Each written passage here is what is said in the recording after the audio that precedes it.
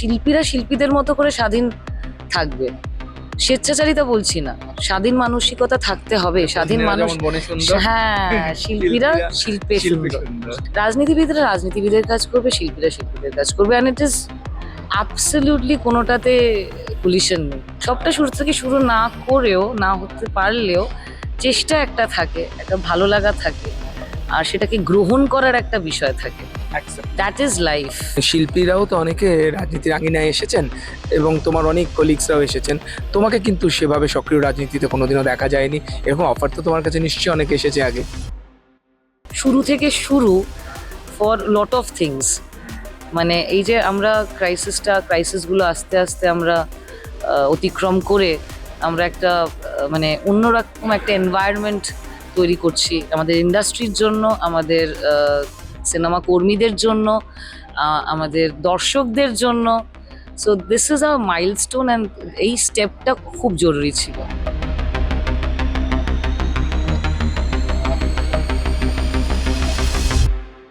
আমার সঙ্গে এই মুহূর্তে যিনি রয়েছেন, she is not only most beautiful, but her acting is so beautiful and powerful too. তার জন্য বলতেই হয় যে শুরু থেকে আর শুরু করার কিছু নেই, কারণ তুমি যা শুরু করেছিলে তা কিন্তু তুমি একটা নির্দিষ্ট রূপ দিতে পেরেছো, তাই তো? থ্যাংক ইউ মানুষ, তো এত সুন্দর সুন্দর কথা বলো তুমি। তোমার সঙ্গে ইন্টারভিউ করতে বসলে মনটাও ভালো হয়ে যায়। হ্যাঁ, মানে আমার শুরুটা কালবেলা, সেটা একটা অন্যরকম শুরু হয়েছিল। শুরু থেকে শুরু বলতে যে বোঝায়, একটা ফিলিং আসে, সেটা সত্যি আমার সম্ভব হয়েছিল, কারণ আমি গৌতম ঘোষের মতো একজন পরিচালক পেয়েছিলাম, কালবেলার মতো একটা স্ক্রিপ্ট পেয়েছিলাম, মাধবীলতার মতো একটা চরিত্র পেয়েছিলাম, যেটা মানে love story, that was a love story, backdrop was political Naxal movement. So আমি বহু বছর ধরে লাভ স্টোরির জন্য অপেক্ষা করেছি, আর এই ছবিটা যখন আমার কাছে, স্ক্রিপ্টটা আমার কাছে এলো, আমি এত আনন্দ পেয়েছিলাম যে এখানে লাভ স্টোরি লিখতে বললেই অনেকে ভাবে ম্যাচিওর লাভ স্টোরি করে লেখা হয় না। ফার্স্ট অফ অল তারা ভাবে দর্শক দেখবে কিনা, তারপর অনেকে বলে যে কে লিখবে, তো মানে ওরকম লেখাটাও ইজ আ ক্রাইসিস আছে। তো লাভ স্টোরি ইভেন্চুয়ালি আমার কাছে এলো, অ্যান্ড সৌমিক ব্যানার্জি যে লিখেছে, এত সুন্দর করে উনি লিখেছেন আর কি, মানে ও লিখেছে খুব ভালো। তো আমার মনে হলো this is a kind of শুরু থেকে শুরু ফর লট অফ থিংস, মানে এই যে আমরা ক্রাইসিসগুলো আস্তে আস্তে আমরা অতিক্রম করে আমরা একটা মানে অন্যরকম একটা এনভায়রনমেন্ট তৈরি করছি আমাদের ইন্ডাস্ট্রির জন্য, আমাদের সিনেমা কর্মীদের জন্য, আমাদের দর্শকদের জন্য। So this is a milestone, and এই স্টেপটা খুব জরুরি ছিল।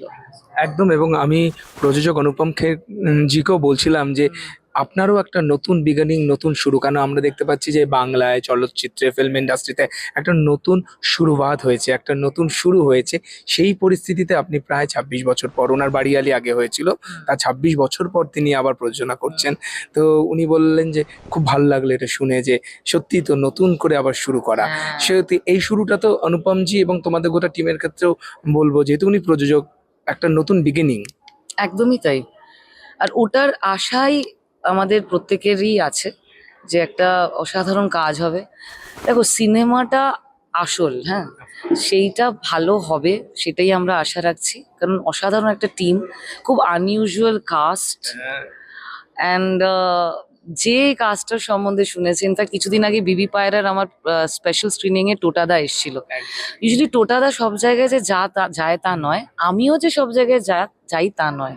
So we happen to meet there, and someone, মাও বলছিল, আমার মা গেছিল, তোদের একসাথে তো খুব একটা দেখা যায় না, সেই তারা করেছিলাম আমরা, ব্রাত্য বসু ডিরেক্ট করেছিলাম, অ্যান্ড তারপর এক উইক পরে আমি জানতে পারলাম টোটাদা is here and will be working together.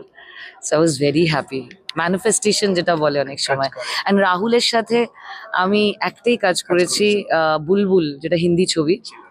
হ্যাঁ, ওটা ভীষণই accepted all over India, internationally also, যেহেতু নেটফ্লিক্সের প্রজেক্ট। তো সেকেন্ড কাজ ওর সাথেও হবে, সেকেন্ড কোলাবোরেশন। আর হাসানদার সাথে ফ্রেন্ডস কমিউনিকেশনের সাথে এটা আমার থার্ড কাজ হবে নাটকের মতোর পর।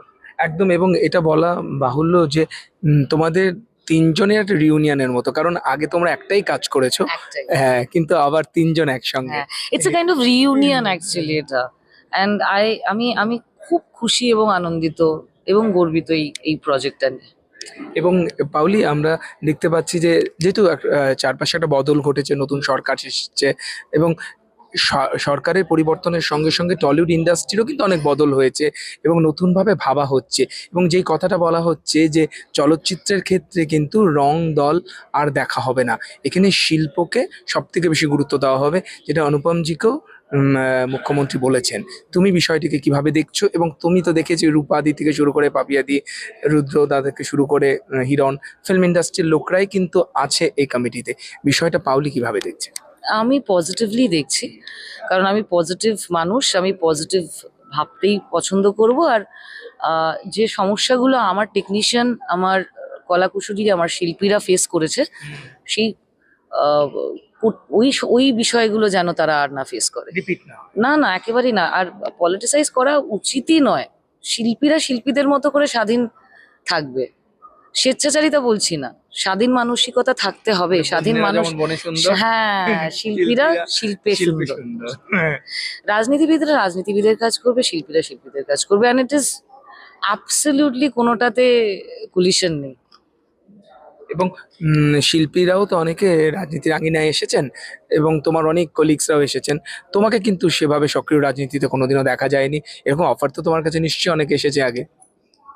হ্যাঁ, কিন্তু কিন্তু তুমি আমি জানতাম, তারাও জানতো আমি করব না। আর মানে আমি আছি, আহ, প্রয়োজনে আছি ডেফিনেটলি। যদি কোনো সোশ্যাল ওয়ার্ক করতে যেতে Support হয়, হিসেবে। সাপোর্ট হিসেবে আমি ডেফিনেটলি করব। কলকাতা ভালো কাজ। ইন্টারন্যাশনাল ফিল্ম ফেস্টিভ্যালের ক্ষেত্রে তো অবশ্যই থাকবো, কারণ সেটা চলচ্চিত্র উৎসব, আমাদের এত বছরের চলচ্চিত্র মানে উৎসব, সিনেমা সংক্রান্ত সবকিছু। সিনেমা সংক্রান্ত। আর ডেফিনেটলি আর আমি নিশ্চয়ই থাকবো। তার বাইরে আমি ওটা ঠিক করতে পারি না, মানে যেটা আসলে। আমি, না, আমি যেটা পারি, অ্যাকশন টু কাট, ওটাই থাকি। বরং ওটাই আমার মনে হয় শিল্পীদের ওটাই থাকা ভালো। এবং তোমার মতো এত পাওয়ারফুল একজন অ্যাক্ট্রেস আমরা জানি, নট অনলি বাংলা, তুমি সর্বভারতীয় কাজ করেছো। অনুপমজিও বলেছে মানে one of the finest actress. So মনে হয় যে পাউলি দামের যে অনেক নানা রকমের কাজ করেছি, কিন্তু এখনো হয়তো এই জিনিসটা বা এই চরিত্রটা বা এই কাজটা করা হয়নি, কারণ সৃজনশীল মানুষরা তো নতুন নতুন কিছু করতে চায়। তোমাকেও আমরা খুব একটা রিপিটেটিভ দেখিনি। এই ছবিটাতেই তিথি চরিত্রটা খুব আলাদা, ওই কারণে আমার আরো আগ্রহটা, মানে অনেকটাই আলাদা। যখন দেখবে তোমরা ছবিটা, লাভ স্টোরি ঠিকই, আম, কিন্তু ওর মধ্যে বিষয়পত্রগুলো বা ঘটনাগুলো, সিচুয়েশনগুলো ভীষণ আলাদা। রেপিটেটিভ কাজ খুব একটা আমি করতে পছন্দ করি না, তুমি জানো, বাট এইটা ভীষণভাবে। আরো অনেক ছবি আছে, অনেক সাবজেক্ট আছে, অনেক চরিত্র আছে যেগুলো আমি হয়তো এখনো করা হয়নি। সো আমার কাছে এটা আমি শুরু থেকে শুরুই ভাবছি, আর new chapter to begin with, যেখানে খুব সুন্দর আরো স্ক্রিপ্ট, আরো চরিত্র, আরো ম্যাচিওরড লেভেল অফ পারফরমেন্স করার আমি সুযোগ পাবো। সেখানে একটু বলতে হয় এই নামটা ধার করে, আমরা কিন্তু এমনি ব্যক্তিগত জীবনে অনেক সময় ভাবি যে সত্যি এই জিনিসটা যদি শুরু থেকে শুরু করা যেত, এটা যদি শুরু থেকে শুরু হতো।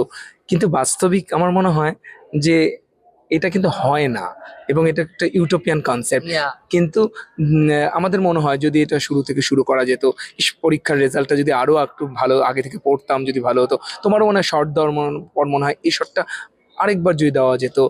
কিন্তু যেটা হয়ে যায় বা যেটা ঘটে যায়, যেটা আমরা প্রতিনিয়ত যার মধ্যে দিয়ে যাই, সেটা সার্ভাইভ করার যে মজাটা আছে, সেটা আমার মনে হয় জীবন সেই ফিলোসফিটা বা দর্শনটা শিখিয়ে দেয়, তাই না?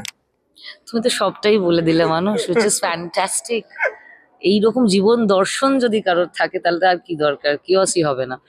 অ্যান্ড শুরু থেকে শুরু সব হয় না, ইটস ইউটোপিয়ান ঠিকই, কিন্তু ওই যে ওটা রোমান্টিক ব্যাপার আছে ওটার মধ্যে, মনটা একটু ফুরফুরে হয়ে যায়, আনন্দ হয়ে যায়। দেখবে তার পরবর্তীকালে তুমি যা ভাবছো, যা করছো, সব ভালো হচ্ছে, Positive হচ্ছে। সব পজিটিভ হচ্ছে। দ্যাট ইজ দ্য মাইন্ডসেট, ভাইবসটা ভাইবটা খুব খুব দরকার। একদম।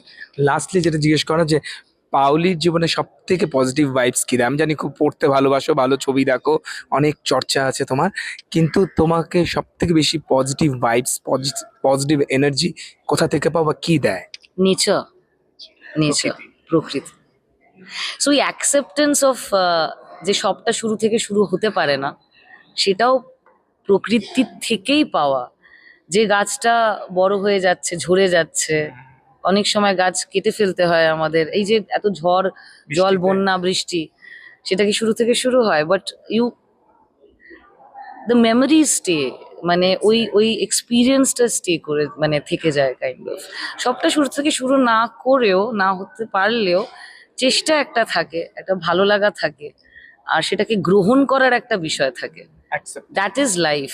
যেটা তুমি এর আগে বললে এত সুন্দর করে এক্সপ্লেন, মানে ওইটাই হচ্ছে acceptance of life is life. একদম অ্যাকসেপ্টেন্স, এবং ওই স্মৃতিগুলো ওরকমই থাক, মানে এই ইয়াদে চলে জানে কে বাদ আতে হ্যাঁ, কারেক্ট, ক্যা বাত হ্যায়। তাই না? একদম। সুতরাং এরকম অন্তরঙ্গ আড্ডা তোমার সঙ্গে দেখা হলে হতেই থাকবে। হ্যাঁ। আর আমরা চাই পাওলি, তুমি এত সুন্দর সুন্দর কাজ যেমন উপহার দিয়েছো, কিছুদিন আগেও দেখলাম বিবি পায়রাতে অসাধারণ তোমার অভিনয়। তো শুরু থেকেও আমরা একটা তোমার নতুন শুরুয়াত দেখি, তার অপেক্ষায় আমরা রইলাম। অনেক অনেক শুভেচ্ছা, thank you so much. Thank you so much, thank you so much, love you. কথা বলছিলাম পাওলি দামের সঙ্গে, মানস বসাক, নিউজ 18 বাংলা।